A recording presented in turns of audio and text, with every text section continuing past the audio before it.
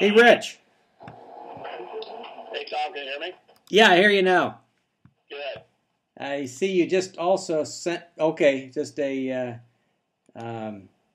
okay, perfect. It's a real simple NOI that I got from the other agent over there. So I just got that, and I'm going to take a look at it with you here. Look at it together, I guess. Okay.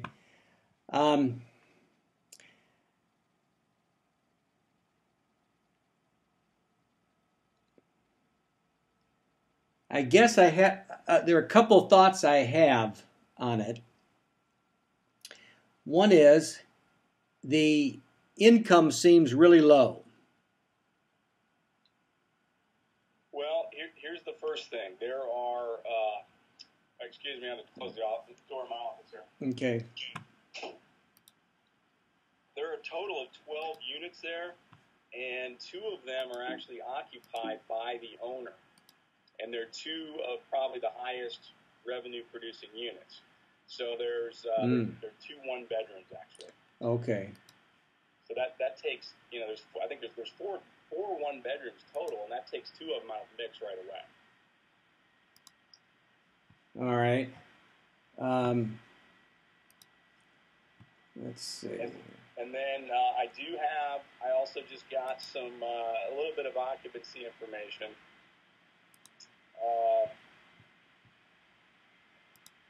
They're stating overall occupancy about 68%. Now that's for the year, right? That's an annual number, yes. And they're stating ADR approximately $60 with. Okay, so what was the percent? 68%. 68% on the occupancy, yeah. And the ADR seems a little low too, but. And what was that? $60. 60. Wow. And so now keep in mind there's eight hotel rooms essentially, and then the units. So those 1-bedrooms we have to assume are going to be higher revenue generators. So once those get in the mix, your ADR should go up. Yeah. And has he combined those 2 together so that they would have to be subdivided again or divided up or? I don't believe so. I think they're ready. I think there's just a door between them maybe, but I'll confirm that. Okay. And they're very cooperative, so they said it's easy to show the property. So if you are interested and you can't get over there yourself, I'll pop in and take a really good look for you and see what we really have there. Yeah. Tina and I were by there on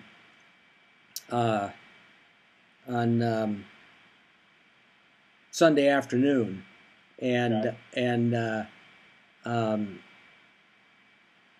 we saw the courtyard but didn't see any units other than the office. Right. And the office is not included in this, or is that one of the 1-bedrooms or one of the units? No, I think it's a separate office. Uh-huh. I don't think they're not including that. Okay. I was told the owner just occupies the 2 1-bedrooms, so they just use that as their primary residence, I guess. Yeah. Yeah. Well, Tina has owned and operated a little property like this one, a little bit bigger than this, down in Venezuela. Okay. And this one needs work, but the location is really nice, and it would be perfect for her to acquire this one along with other small properties that she could fix up and have, as these little unique bed and breakfast places. Absolutely. Now, so she doesn't intend to occupy this herself, right? No. Okay, so she'll be able to maximize the revenue on the property. Right. Although I am concerned about, the management of how you you need somebody in there, I think, to watch it, and maybe a one bedroom would do it rather than a two bedroom. I suppose it's a married couple, is it? I believe so. Yeah. So yeah, you're right. If you were to hire a manager, and you could, what typically will happen in that case is, you offer them, obviously the lodging, a place to sleep, a place to live as part of their compensation. Yeah. And then you have on site, and I've seen people try to run these things with off site, and you can do it.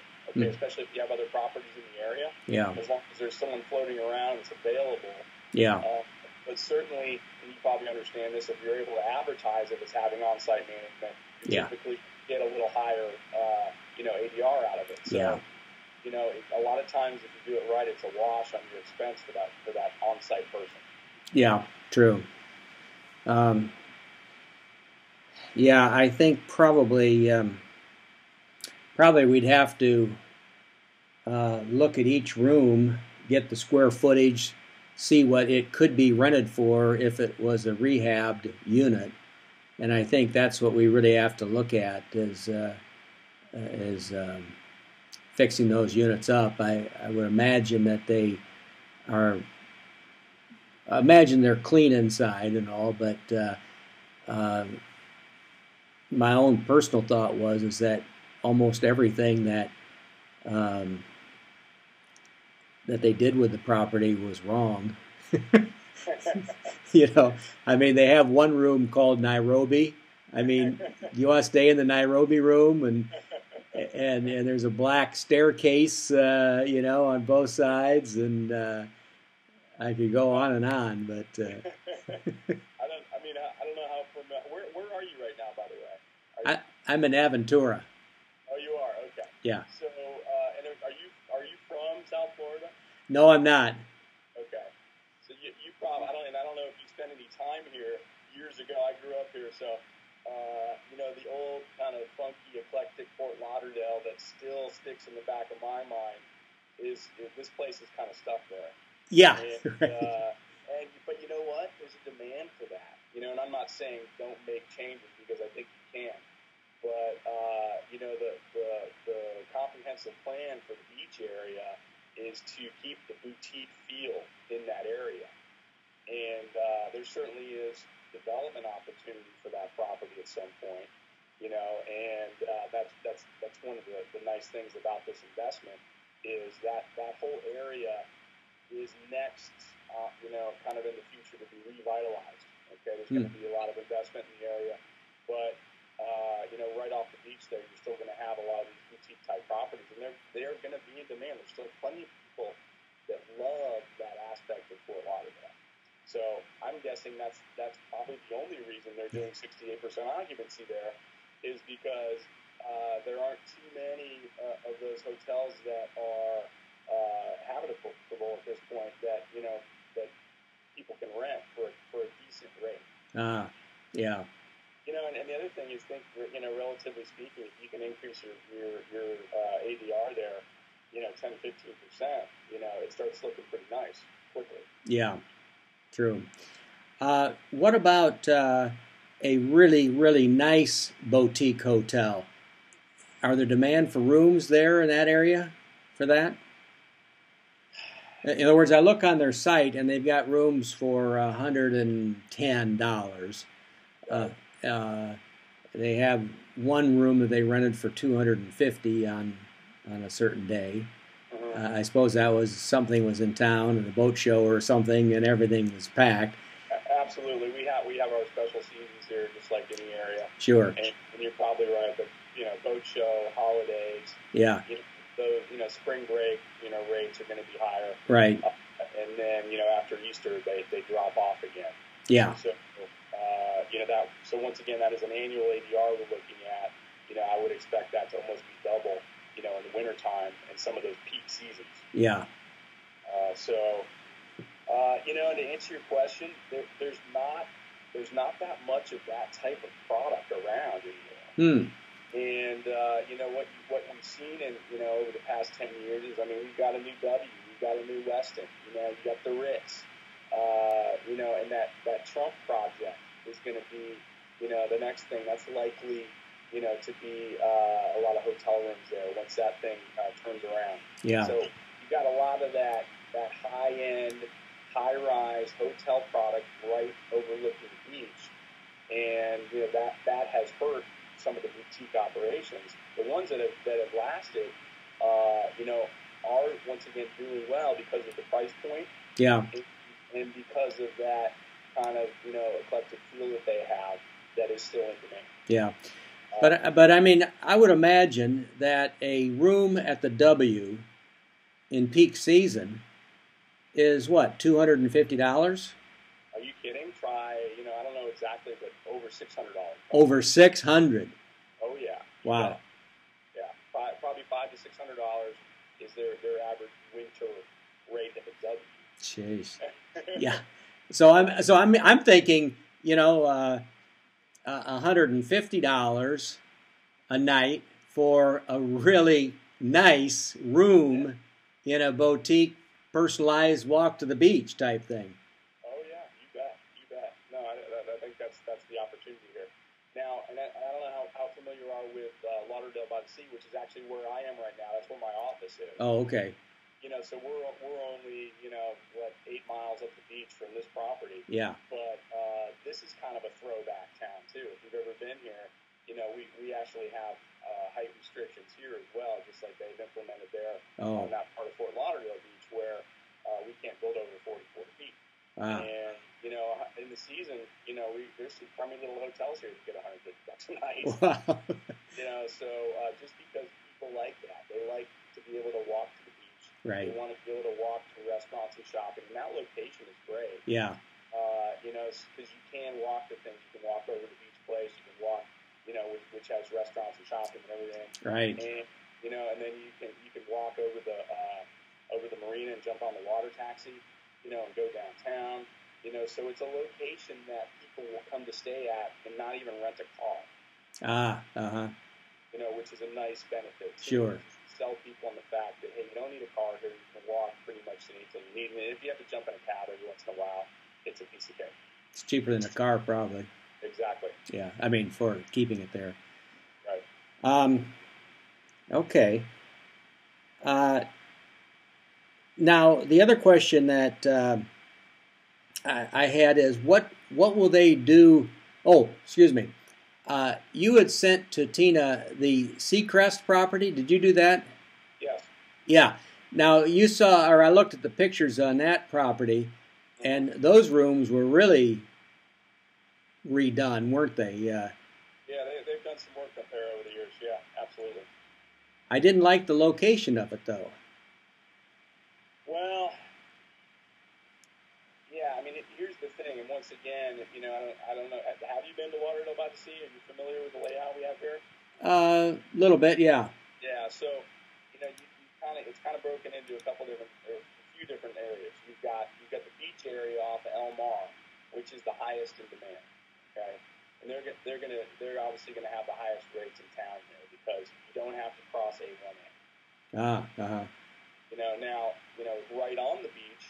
All right, obviously those are the premium properties. Sure. Okay. And then you're across the street from the beach, and then you go to the A1A section. We do have another hotel, the Castle by the Sea, that has been recently renovated, and that actually has 17 units, and that's right on A1A. All right, now that's kind of a wash because you're right on A1A, but you're on the east side of it, and you get that exposure because of all the traffic. Yeah. All right, so I mean that's what happens here. People walk into my office and say, hey, where we can get a hotel room? And I tell them, hey, go drive up and down A1A and just pop in until you find something. Yeah. And you'd be surprised how many people just show up here and then try to find something. Yeah. So you're gonna generate more occupancy being on that A1A location than not. Now, then the next section is you go west to the other side of A1A, and that's where Seacrest is. But it's on a back road. It's on Bougainville, so it's not directly on A1A, but it is on the west side. It's quieter, yeah, right? Which some people like too. All right, there's a certain segment of folks that come to this town that don't want to be right on the highway. Mm-hmm. And it's not like I-95, it's A1A, but it's constant traffic. Yeah. If you have one of those rooms that overlooks A1A, or you're sitting at the pool and cars are whizzing by, yeah, that's a turnoff to a certain segment. So, I would say those folks that are going to stay right on A1A, you're not going to lose people if you have to go another block away to Bougainvillea. In fact, it could be a benefit if you can sell the privacy and, the quiet nature of it. Yeah. I think my thought is that it's kind of a mixed area, single family apartment, very few trees. The landscape was kind of bare, and it's there's not a casa whatever right nearby. Yeah. No, it's not. It may be a decent little property as far as cash flow. If you market it correctly, you can keep the rooms pretty full. But you're right, it's not sexy. Right. It doesn't have that warm fuzzy when you drive by it. Right.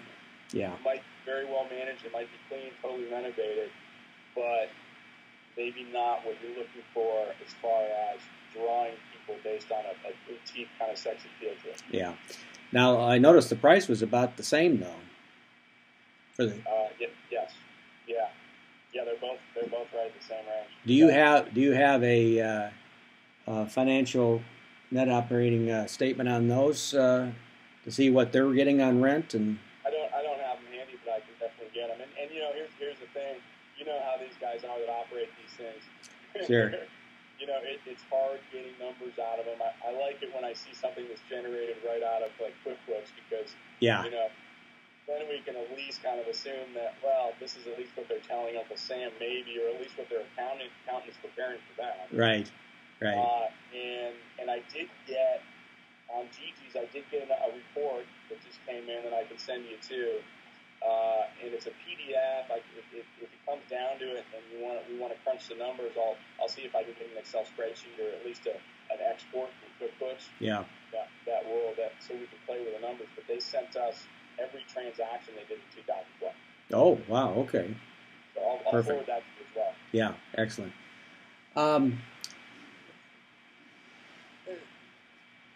Now, I noticed in the listing it also said that it was owners that wanted to retire or whatever.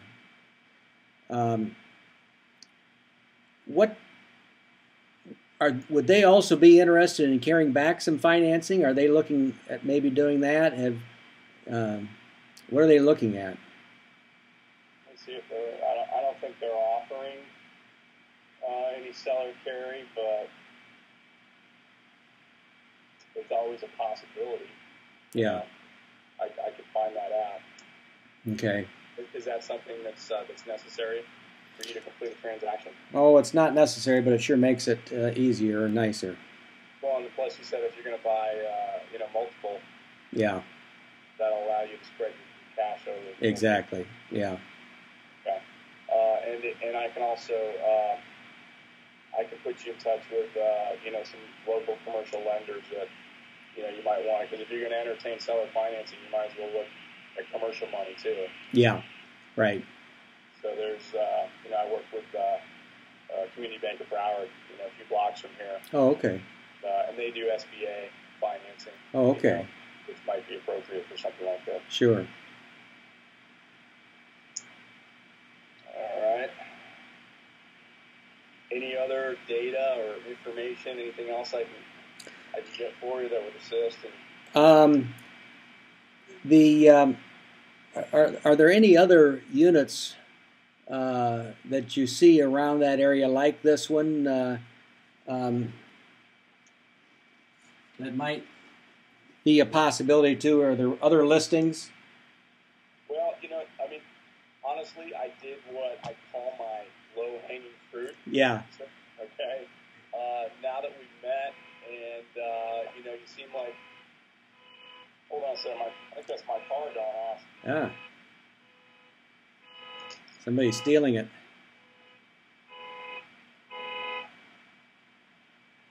Sorry about that. It's funny. Like a motorcycle will drive by or something, and every once in a while I'll set it off. Oh. Anyway, there are some other possibilities out there. There are a couple others that I have some knowledge of, and then there's always new properties coming on the market. Yeah. And so now that we've met, and I feel comfortable with you, I could certainly send you some more opportunities. Yeah. Let's talk through though a little bit more about what your ideal situation would be. That's how I like to start. You tell me in a perfect world, okay? You can tell me, hey, I want a Gigi's resort, but I don't want a black staircase, and I want it totally renovated, and I want higher ADR. Yeah, right. So I already know that. Yeah. But other than that, as far as location and style, is that something that's very much location would? We've kind of talked a bit about that. I like the Fort Lauderdale. We drove all the way up and down A1A on Sunday. She used to live in that. For 1 month, she was doing some training. She also has her commercial pilot's license, and she stayed. Yeah, she stayed in the apartment building across the street for 1 month. Okay. I forget the name of it right now. So she's more familiar with the area than I am per se. Okay. Tell Tina that I have my pilot's license as well. Oh, okay. So maybe we can go flying together. There you go. Do you fly much? Not as much as I used to. In fact, I was just on the phone before I called you. I was just on the phone with the broker who's trying to sell my plane right now. Oh. And he's flying it up to Georgia, hopefully to get it under contract. But yeah. So I've flown so little in the past few years that I'm selling my plane. Yeah. Well, I had a friend who told me, he says, Tom, I used to fly, but I stopped. I said, why is that? He said, well, you never see any old pilots. They always have a pilot error along the line somewhere, and right. That's that, Well, no, it's actually old pilots, but yeah. It's true. You have to fly enough to feel comfortable. Yeah. And this wasn't the case for me, but I look forward to getting back into it many years down the road. But for now, don't have time for it. Right. Anyway, yeah. So that once again back to this area then. Yeah. This is obviously, and this is the one that stood out to you, right away too. So yeah. Definitely the area that you and Tina like. Yeah. So I can focus on that. We did have a couple others. I remember last time I did a hotel search for a client last fall. There were a couple others over there. Let me see if they're still around. Okay.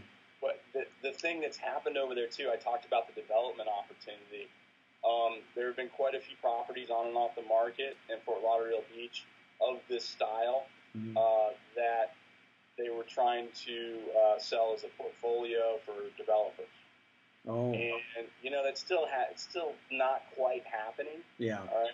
So some of those folks out on the market for a while couldn't put deals together, and we can kind of revisit some of them and see if they're still interested. Yeah. But it's been one of those things that has gotten just a little more active every year, just for the past few years. Mm-hmm. So I think you're looking at a great time too. Okay. 2 years from now, I see these properties kind of really going up in value and being in much higher demand because of that upside. Yeah. And I don't know if that's part of your strategy. Is it more long-term cash flow, or are you and Tina looking for something that, hey, 5 years from now, if someone makes you the right offer, you're going to move on? Probably would do that. But I think initially starting out, I think in this, she would maybe just look at long-term cash flow. Okay. And I think she would, I wouldn't doubt but what she might try to pick up a dozen of those properties, in that area. And, but with all of them, to increase them, remodel, make them really pristine, really nice, where people tell their friends back up north, that, wow, This was the cutest, nicest place, type of thing. No, and that's the thing is that, that's probably another reason this place has gotten to 68% is, I'm sure they have recurring clientele. A well-run motel is going to see ADR, is going to see RevPAR go up year over year. Yeah. Okay? Until they hit kind of that ceiling. But, which this one I don't think is hit. But, that's the opportunity, too, in this marketplace is with, very little, cost of improvement, you can increase your rates on these places. And then over time, just naturally, if you do the right things, every year you can expect increase in your NOI. Yeah, that's true. What would a place like this, if it were fixed up, what are it, 12 rooms, 11 rooms, what would it go for? What could this thing sell for if it had a nice cash flow? Or is it overpriced now at $1.3 million? It might be a little high. Yeah, it might be a little high. They just raised the price on this one. Oh, you're kidding. Yeah. No, and that's actually. Let me pull up the history here. That's actually not uncommon in our market right now. Mm. There's and not to discourage you, but there is a sense amongst sellers in all segments. Right. Okay? Especially now in commercial. Residential, we started feeling that 2 years ago. Mm-hmm. The commercial market is now starting to feel much more confident. Mm-hmm. It's only a matter of time. And you know how our market is here in South Florida. Once it starts rolling, man, you can't stop it. Yeah, true. So it hasn't quite started yet, but everyone's ramping up for it. Everyone's kind of, feeling it, and we're seeing a lot more price increases on properties. And the other thing too is we're in the middle of the season, so they're pulling in their max cash flow right now. They don't necessarily want to sell it in the next couple months. Right? So we see that too. A lot of sellers will raise the price, November, December, and thinking, hey, if someone wants to pay me a premium over the winter, sure, I'll sell it, but I don't have to. Right. Yeah. All right, let's see here.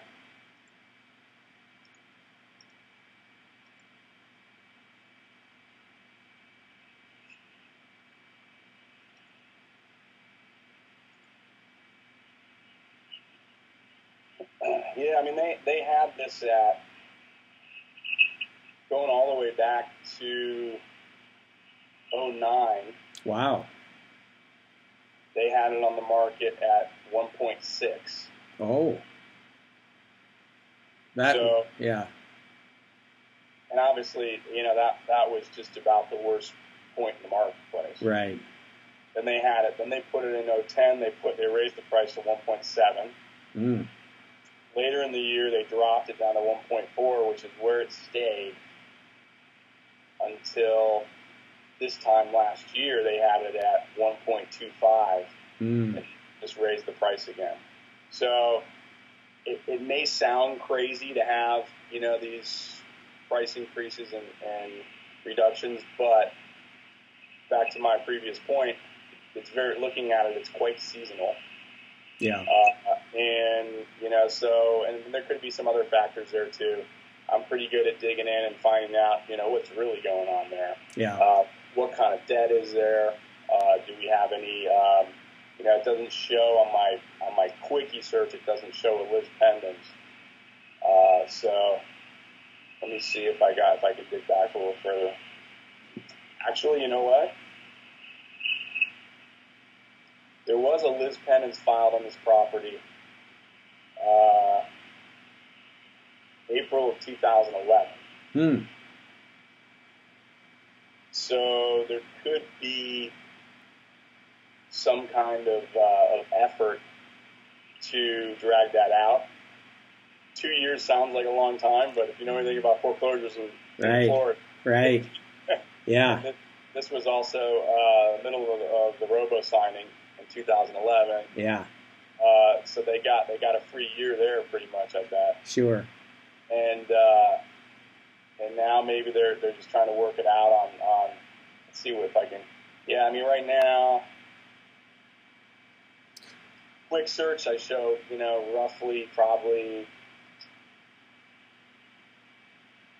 850 to 900 grand of debt on it. Mm-hmm. But some of these deals, unfortunately, have, unrecorded seconds or carrybacks from previous owners. Sure. So what we find is that what might be owed to Landmark Bank in this case is not the whole story. Yeah. There could be additional debt out there. There could be private investors, or it could be friend, family, whoever. Sure. Yeah. So that unfortunately sometimes that's what happens is people want to sell but they can't. Yeah. True. So but once again I'll dig in and see what else I can find out about it. Okay.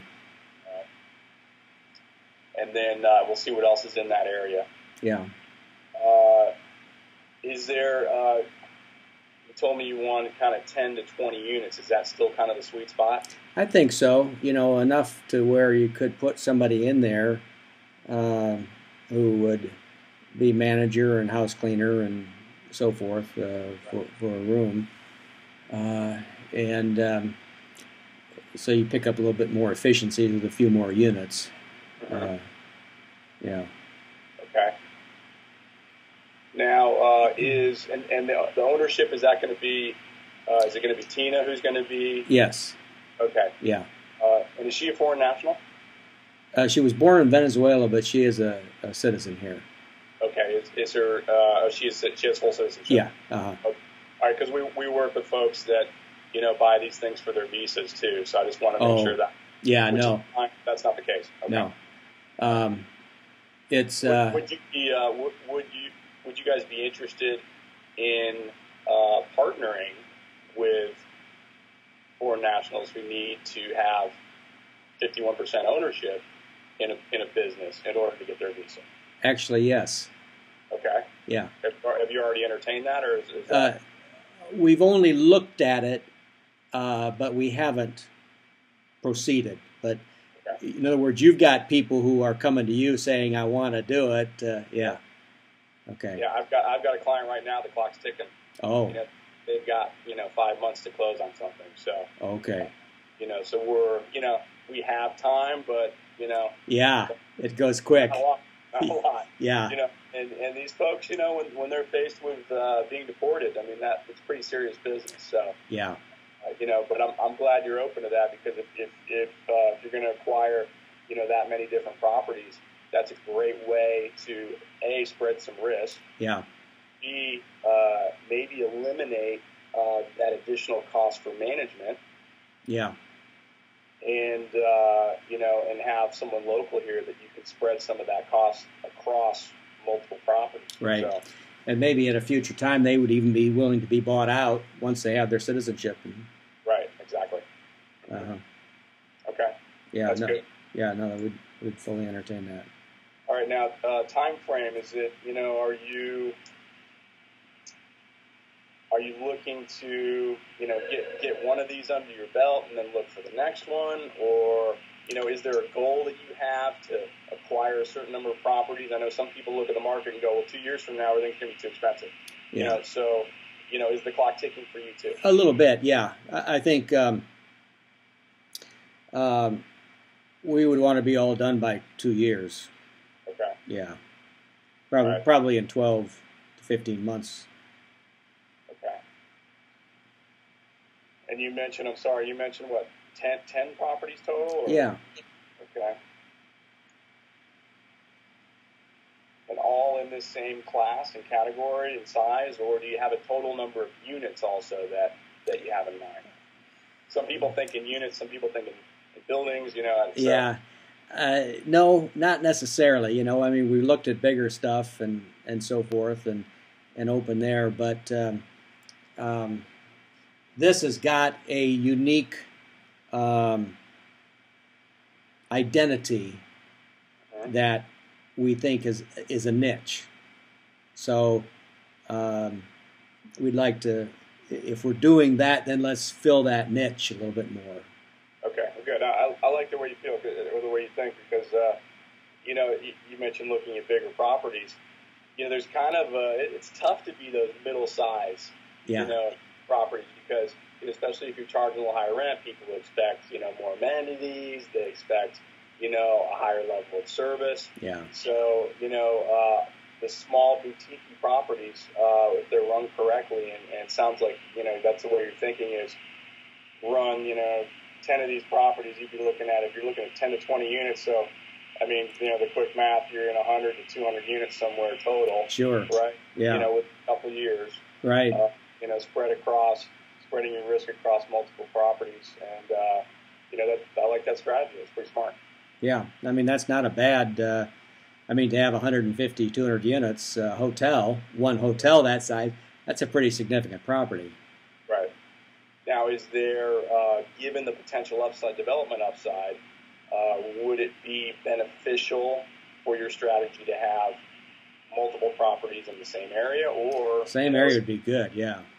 Okay, and when I say that, I mean because we talked about Lauderdale by the Sea a little bit. Pretty much from where we're talking about where Gigi's is, to Lauderdale by the Sea, that area really doesn't. There are a couple. Old dingy hotels, but those are going to be knocked down and developed, with something else. And there's bigger hotels going in that stretch anyway. But the area where Gigi's is and Lauderdale by the Sea are two targets. Do you want to stay within that kind of those two areas, or is Pompano Beach another area that you've looked at? No, I haven't looked at that yet. That's a nice area, isn't it? Is that a...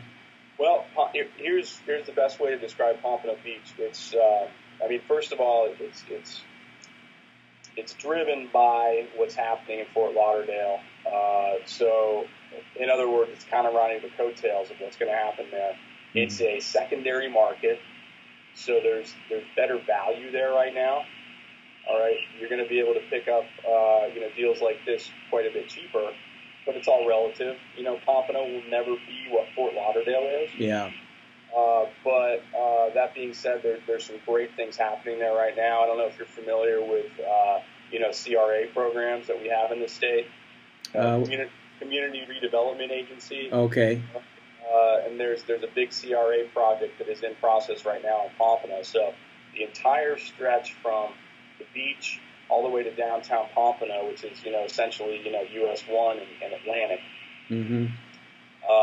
All new landscaping, streetscaping. Funds are available for business owners. They're all redoing their storefronts. Mm.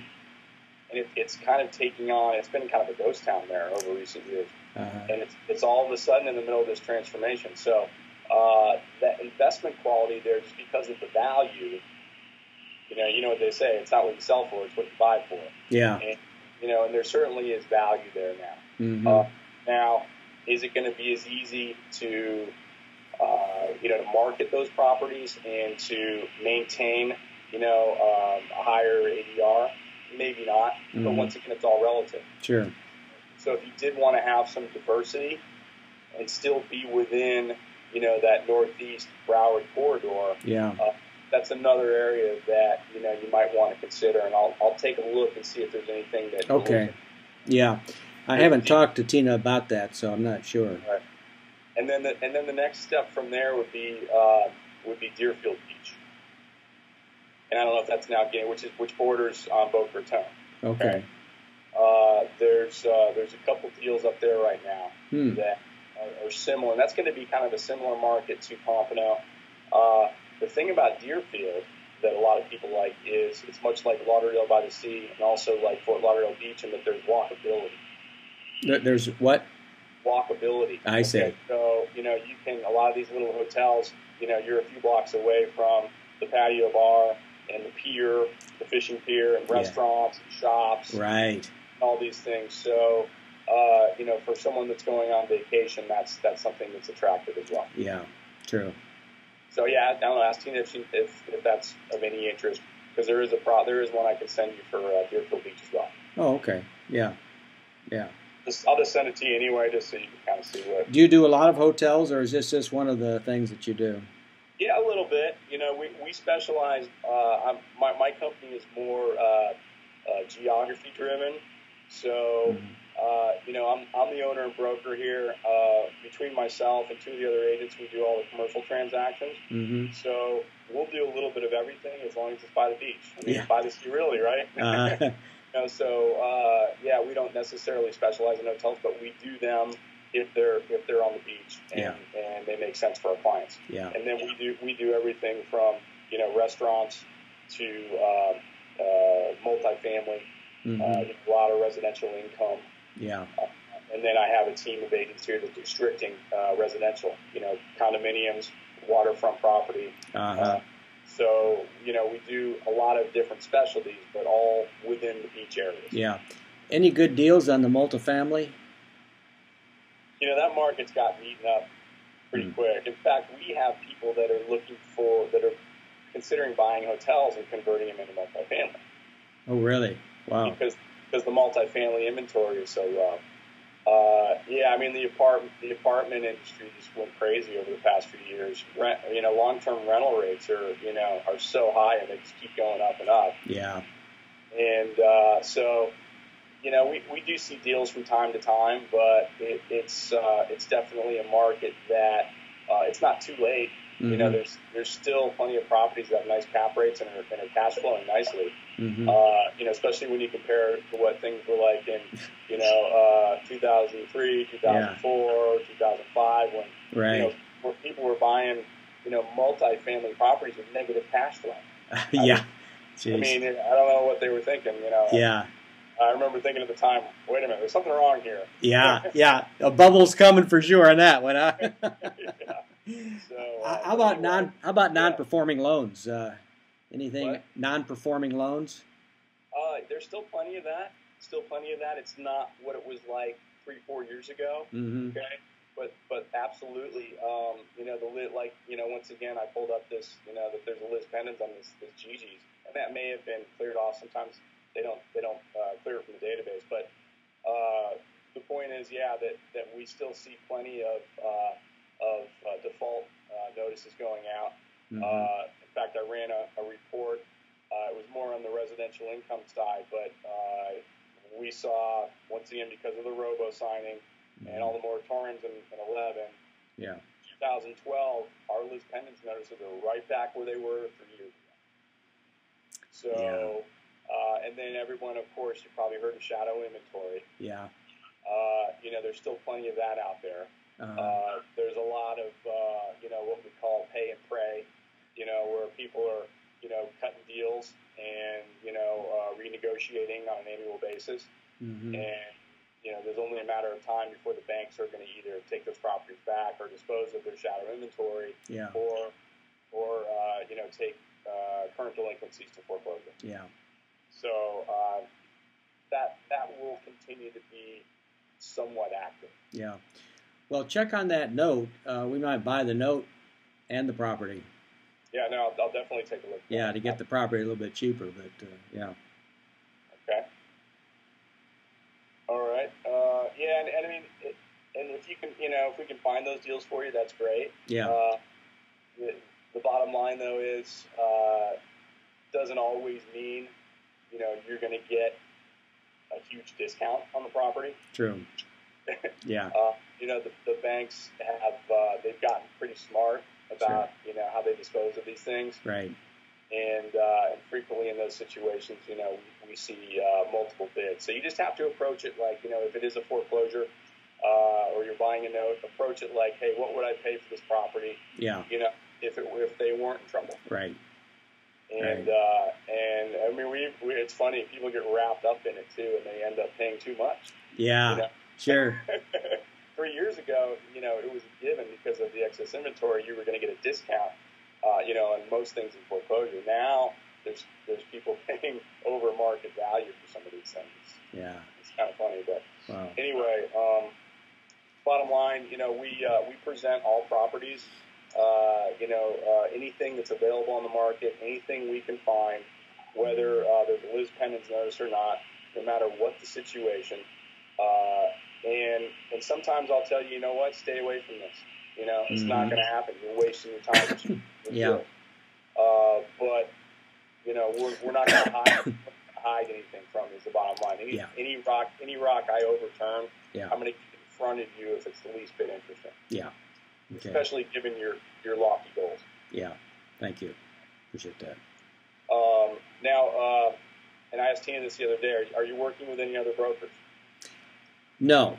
And I say that only because you're the first one that we've talked to. Okay.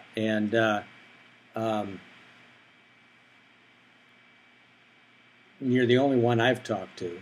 Okay. She picked up a card, at the property, but no, we're not working with anybody else on anything. We've just started, frankly. All right. And would love to have somebody we could work with on this. Well, yeah, and you're probably finding out that this is, it's not an impossible goal, but it's going to be a challenge for you to acquire that many properties in that period of time without having, someone like myself and my team out there on a daily basis on the front lines, finding, identifying, and presenting these properties to you. True. So, that being said, I do prefer to work in at least a semi-exclusive type of relationship. Sure. When I say that, we have a very simple agency agreement, okay, that basically outlines that anything I present to you, anything I bring to you, okay, if you end up purchasing that property, then I have a minimum commission that I collect. Oh, most of the time, all right, it comes from the seller. It comes out of the deal. Yeah. All right. And those are built in automatically. Okay? Right. So it's not something that necessarily has to cost you any more money. Right. All right. In fact, to keep you happy, I'm going to work to collect my commissions from the seller every time if I can. Yeah, exactly. And then, but, that being said, I'm realistic too. If you come across something on your own, all right, that I did not present to you, I'm happy to help you with a transaction at a discounted rate. Okay, if you need assistance. But I certainly, can't exclude things sometimes that, are brought to you through other connections or, just driving around. Sometimes you may stumble across something that I don't know about. Sure. Okay? Yeah. And, what most of my clients in that case will do is they'll call me up and say, hey, Rich, I found this. I'd like your help on it. Would you consider, throwing a little into the deal, to make it happen? And then, we all win. Yeah. And I'm very easy to work with. I'm very reasonable, okay, when it comes to my fees. Yeah. All right. Okay. And I allow you to cancel anytime. Okay. Okay. I'm not going to lock you into something. If you don't want to work with me anymore, just tell me, and I'm moving on down the road. Sure. Okay. Yeah. So it's pretty straightforward. Yeah. Does that sound reasonable? Yeah. Sounds reasonable. All right. So I'll send you guys a simple one. Should I put since I guess I'll be working with both of you and Tina on this? Probably so. She wanted to be in the meeting, but ended up couldn't make it with some other activities. But she's going down to Venezuela tomorrow and just got a whole ton of stuff that is keeping her busy. So okay. Well, I'll put both of your names on the agreement, and then that way, no matter who I'm working with, we'll make sure all our bases are covered. Yeah. And I'm big on communication, so any information that I send out, I assume you want it going to both of you. That would be good, yeah. Okay. So any emails, any reports, any data, any listings, anything that I send, I will copy both of you on. Okay. All right. Good. Anything else? Any just questions, about process or any other requirements about properties? Anything else you want to talk about? I don't think so. I think that's. I'm sure I'll have more thoughts when we hang up. But right now, that covers. We've talked a lot, So yeah. Okay. Now, are you? What business are you in? Just out of curiosity. Well, I'm in the internet business. Oh, you are? Yeah, right. And I happen to be just a friend and a neighbor of Tina's. So, but I've been in real estate development and so forth, and I'm familiar with all this stuff. And in the past, when I've acquired land to build things on, I've ended up with little hotels like this, Yeah. So I mean, it's not an unreasonable thing, and I've worked with people who have done remodeling and so forth. So I'm familiar with all that, but I'm not doing it now, And so you're helping Tina yeah, essentially. And, yeah. Okay. And I'm doing some of her internet activity and whatnot, and just helping out on this. Okay. Good. You mentioned land. I just listed a parcel on A1A in Fort Lauderdale. You familiar with the Galt Mile? No. It's between Oakland Park Boulevard and Commercial on A1A. Oh, okay. So just south of Lauderdale by the Sea. It's approximately a third of an acre, so you could do 8 units there. Hmm. And literally right across from the beach. So you walk across A1A, and there's a beach access portal right there. Wow. So it could be, a hotel. I mean, it'd be a small hotel, and I'd have to run the numbers on it. I've more been running the numbers on, townhomes. Yeah, sure. But there could be an opportunity for more of a, like a high-end guest house of sorts. Mm-hmm. That could be a possibility. Something maybe like that. Yeah. So I'll crunch some numbers on that because I had, until we just talked, it hadn't occurred to me that someone might build a hotel right there. There's a hotel right next door. It's larger. Okay. But it seems to me maybe the highest and best use for that would be townhomes or condo units. But okay. I'll look at the numbers. I've actually had this, too. One of my best friends from high school builds hotels. So he more does Clarions and Holiday Inn Express, limited service, sure, type of things, airport, port locations, that kind of thing. Right. But he has some groups that have from time to time considered beach locations too. Okay. So there might be an opportunity for some sort of joint partnership or something like that. Yeah. Maybe, if you did end up wanting to build something, if it made sense. Yeah. I can make that introduction as well. Okay. All right. Sounds good. All right. Thanks, Rich. Appreciate it. Thank you. Yeah, it's been a pleasure. And, just over the next, couple days, I'll send you as much as I can get on Gigi's. Yeah. And then over the following few days, it's called over the next week, I'll try to present you with as many other properties that are currently available. Okay. And, see and kind of take it from there. Yeah. Generally speaking, when I send you something, I'll send you, basically teaser information. Yeah. Sometimes it'll be directly from one of our databases. The first properties I've sent you came out of our local commercial MLS. Yeah. I have 4 other databases I access for commercial opportunities. Ah. So they will come in various formats and things. That's fine. But I'll send you kind of light information. Yeah. Call it teaser information. Sure. And if you're the least bit intrigued, just say, "Hey, Rich, I want more information," and then I'll take it to the next level. Okay. Yeah, that's fine. Perfect. Sound good? All right. Thanks. All right. And, I'm a phone call or a Skype call or email away anytime. So please feel free to contact me whenever you want. Okay. Sounds good. And when will Tina be back in town? I'm not sure the exact time. It'll be in March, but I think she'll probably be gone a week or so, maybe 10 days. Okay. Great. Well, yeah, let's definitely plan, 3 of us face to face when she's back. Yeah. Okay. Perfect.